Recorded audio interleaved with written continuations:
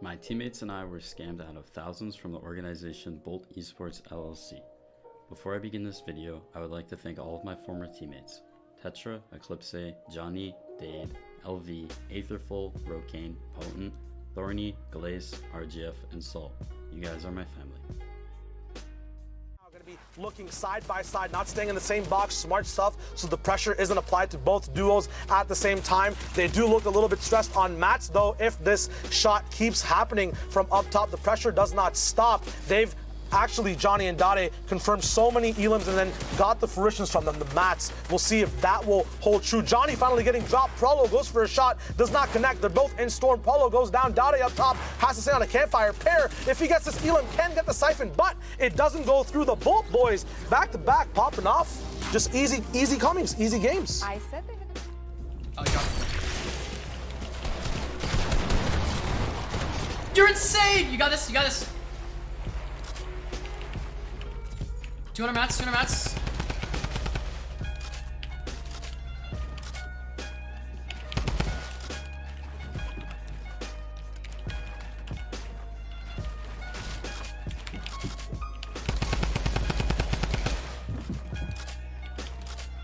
Five mats left.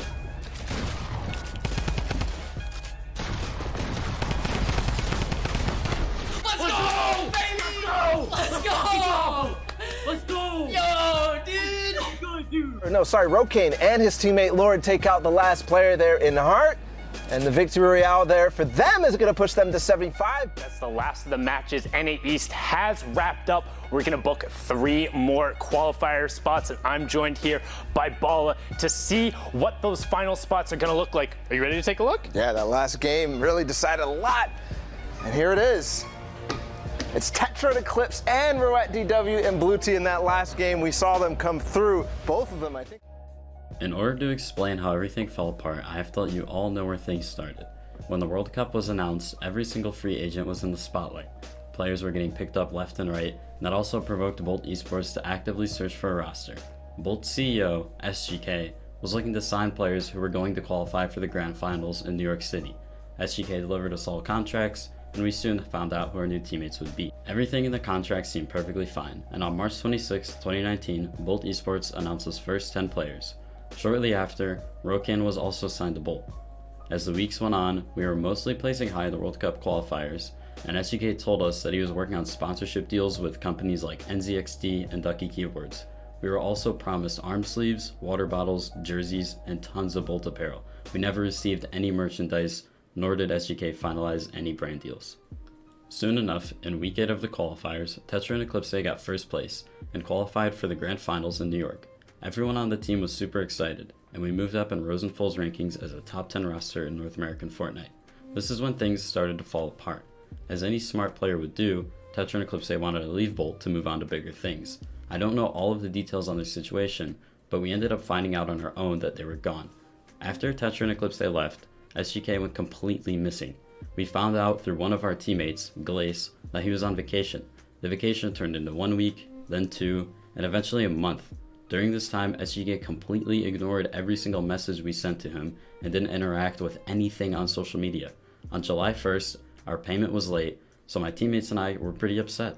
LV and I both needed money to pay off debt that we had, and the rest of the team needed their salaries. After we sent requests to SGK's PayPal for the payments, he delivered us this one message. The message read, "Hey guys, as you might have noticed, 2 of our players had already left the organization. This unfortunately put Bolt in a tough position in regards to the contract and its validity moving forward.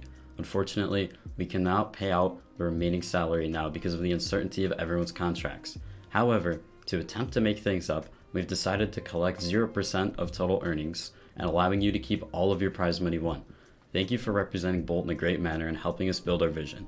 You are definitely welcome to represent Bolt if you'd still like. However, if you'd like to depart, there are no hard feelings, and of course you're free to do so. Please keep these details private and reach out to me in a DM if you have any questions or ever need anything." There's so many things wrong with this that it was hard to find out where to begin. First off, SGK tried to place blame on Tetra and Eclipse for his own fault of not being able to deliver his salaries. It was in no way their fault, nor did it have anything to do with their actions. Next, he thinks that not taking our earnings justifies what he did and tries to brush it off like it's nothing. even has the audacity to say that we are welcome to stay after over a month of contracted work without pay. And finally, he asked us to keep this private in order to maintain whatever reputation he had left. If you're watching this, SGK, I want you to know that we are all disgusted with your actions. SGK even held a 14-year-old pro player, Glace, under contract with no pay. Collectively, all of the players on Bolt Esports missed out on nearly $10,000 in salary and were contracted to work without pay, which was a violation of the contract. Overall, we were very displeased and angry with how SGK treated us, and we were let down after finding out that Bolt Esports was just a means for SGK to try and make easy money. This video is not monetized, nor am I profiting from this in any way. I hope that you can all realize the terrible impact that Bolt had on us, and to not associate yourselves with them in the future. I am sorry for all of the fans that looked up to Bolt, and anyone who genuinely believed in the success of Bolt Esports as an organization. Thank you all for watching.